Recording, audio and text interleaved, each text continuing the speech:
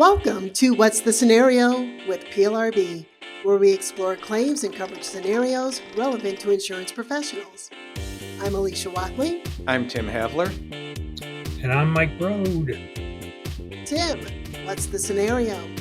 Your friend clicked on a link in a questionable email. Now her computer is locked with a message saying it will unlock if she makes a Bitcoin ransom payment. This is causing two problems for her. One, her computer doesn't work. Two, she had 10 years worth of family photos stored on the hard drive, no cloud backup.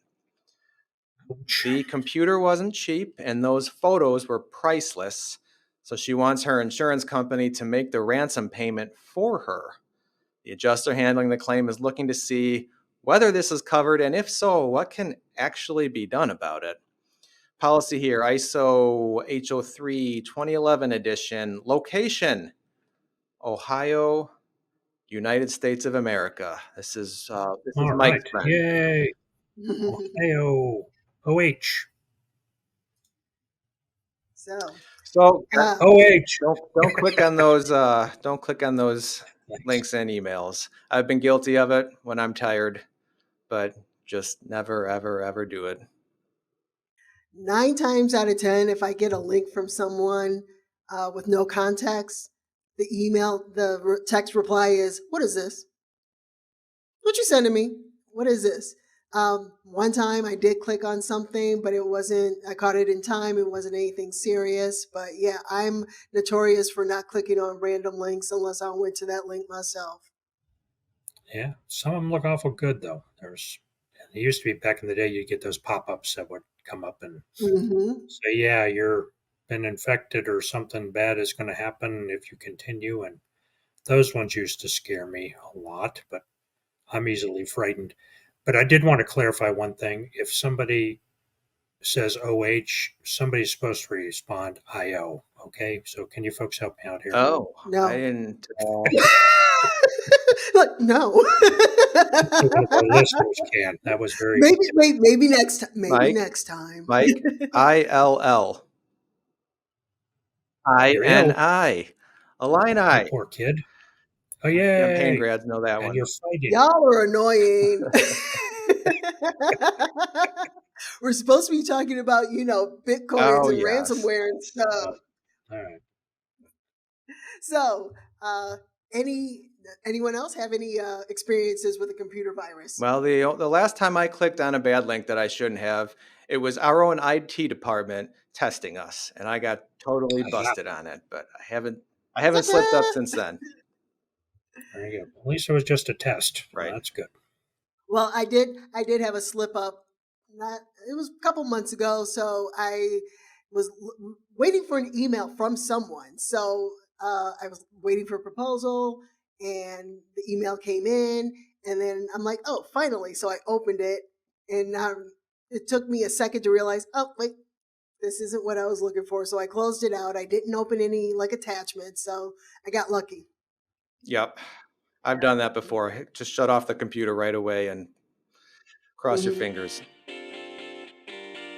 All right. So question for you, Tim. The computer is obviously coverage C.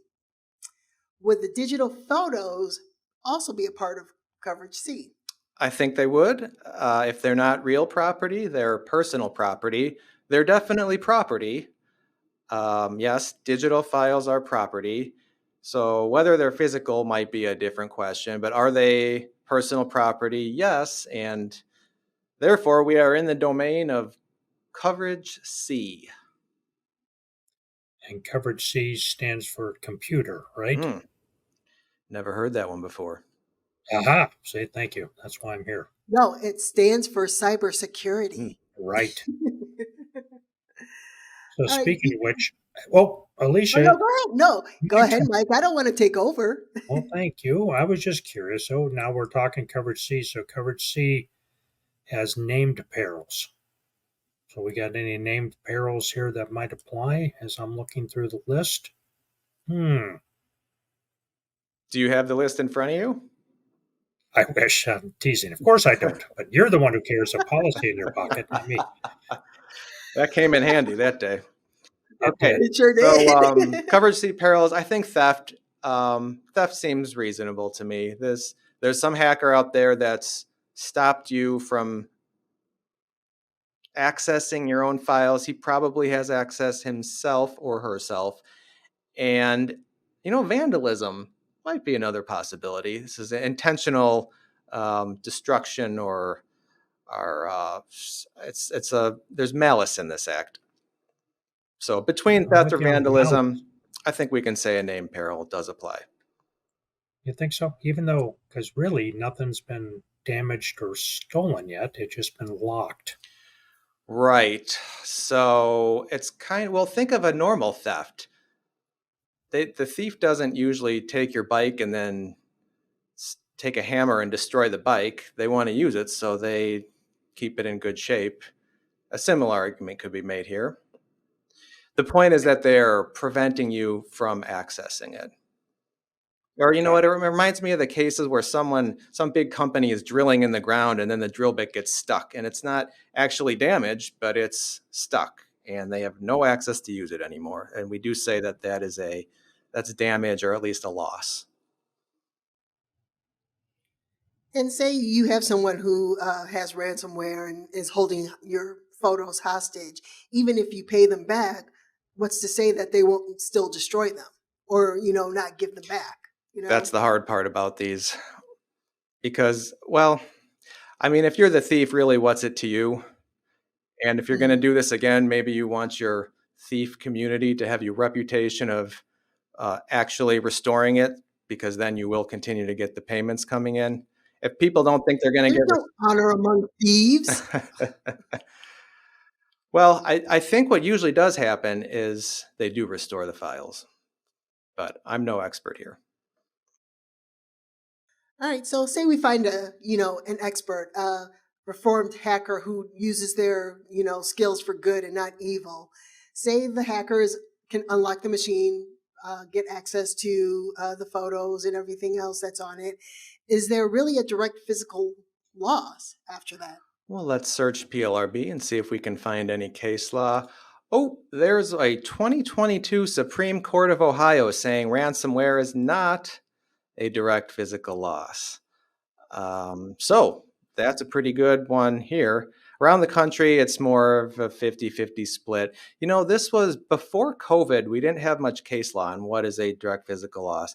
Then what happened was COVID created so much litigation that the high courts in most states have had to come out with a statement or in their opinion saying something like, direct physical loss means a tangible destruction to property or something like that. So now we can reference those statements in our future claims, and we can strengthen our argument that, say, a digital loss or loss of digital files is not a tangible loss. So it isn't a direct physical loss.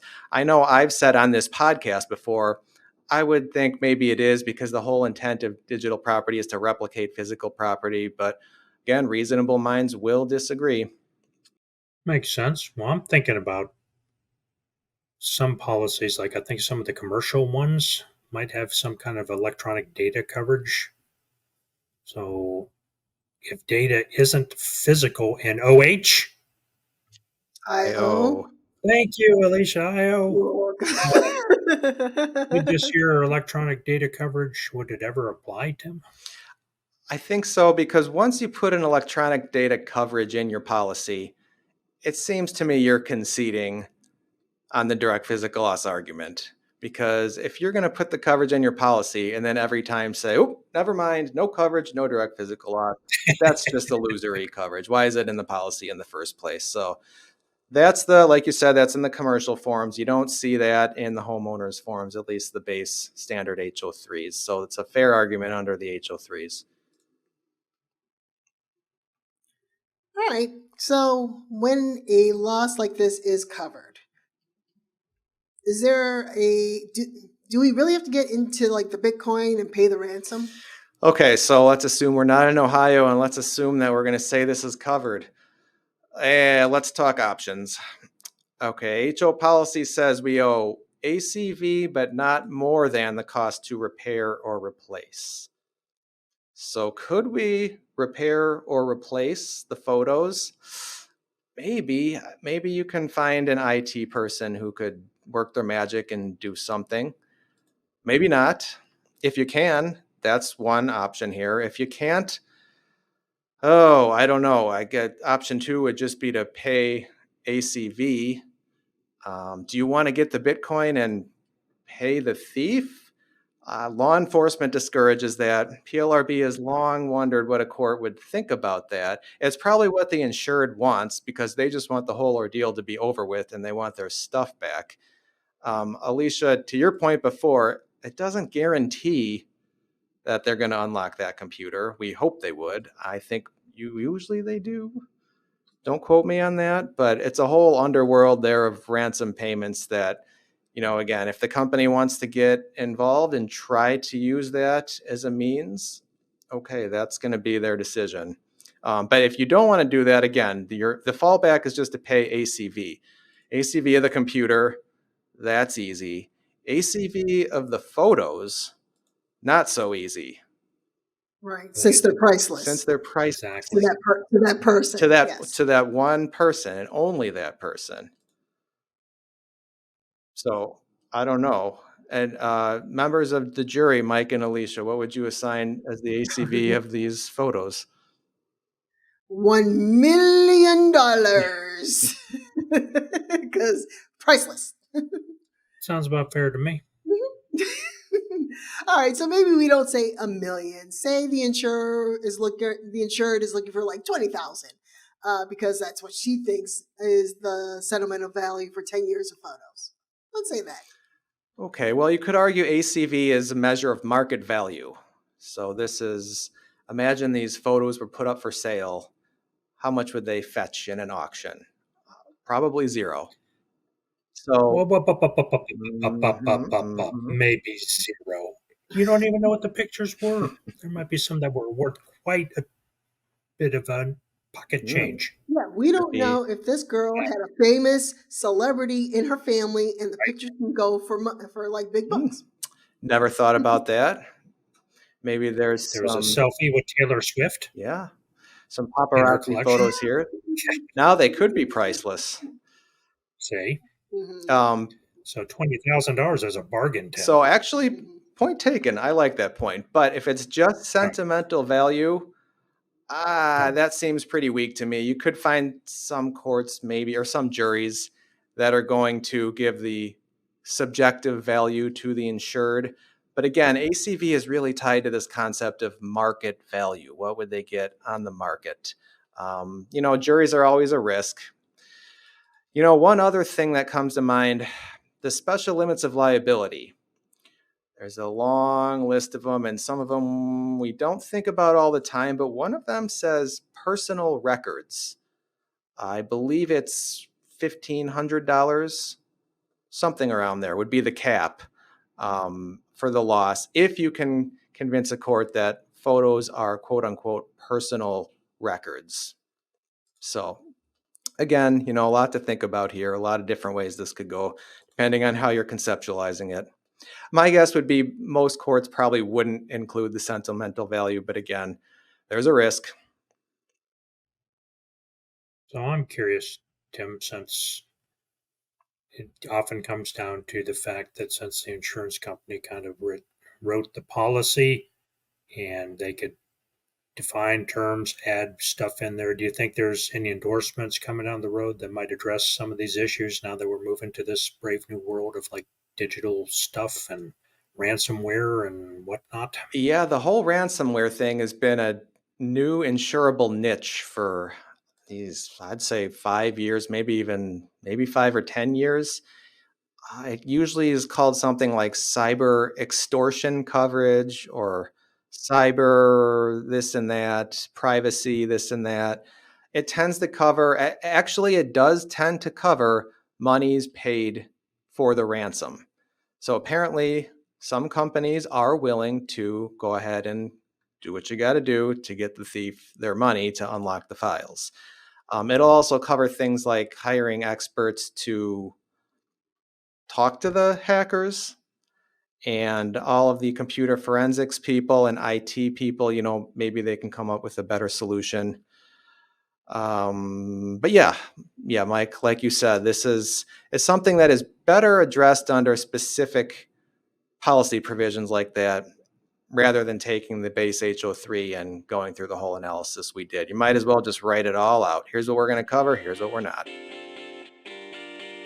All right, so Tim, what can we take away from this scenario? Homeowner got hit by a ransomware attack. Her computer doesn't work. She lost her family photos.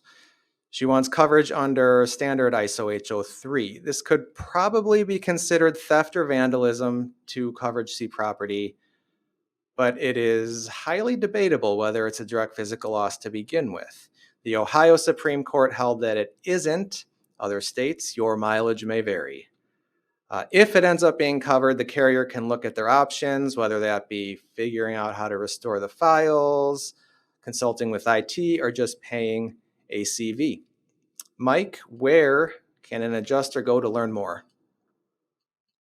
As always, you can check us out at plrb.org. I know there's a few coverage questions in there around hacked items and cyber losses, and we also have a cool webinar out there on cyber loss case scenarios. So check us out, Tim. Alicia, can you share those in the show notes? Why, yes, we can link those in the show notes. And also there, you can find a recap of the key points from this episode. You can find links to our social media and information on how to submit your own adjuster story. So don't forget to subscribe and rate us, and we'll see you all next time. The views and opinions expressed in this resource are those of the individual speaker and not necessarily those of the Property and Liability Resource Bureau, its membership, or any organization with which the presenter is employed or affiliated. The information, ideas, and opinions are presented as information only and not as legal advice or offers of representation. Individual policy language and state laws vary, and listeners should rely on guidance from their companies and counsel as appropriate.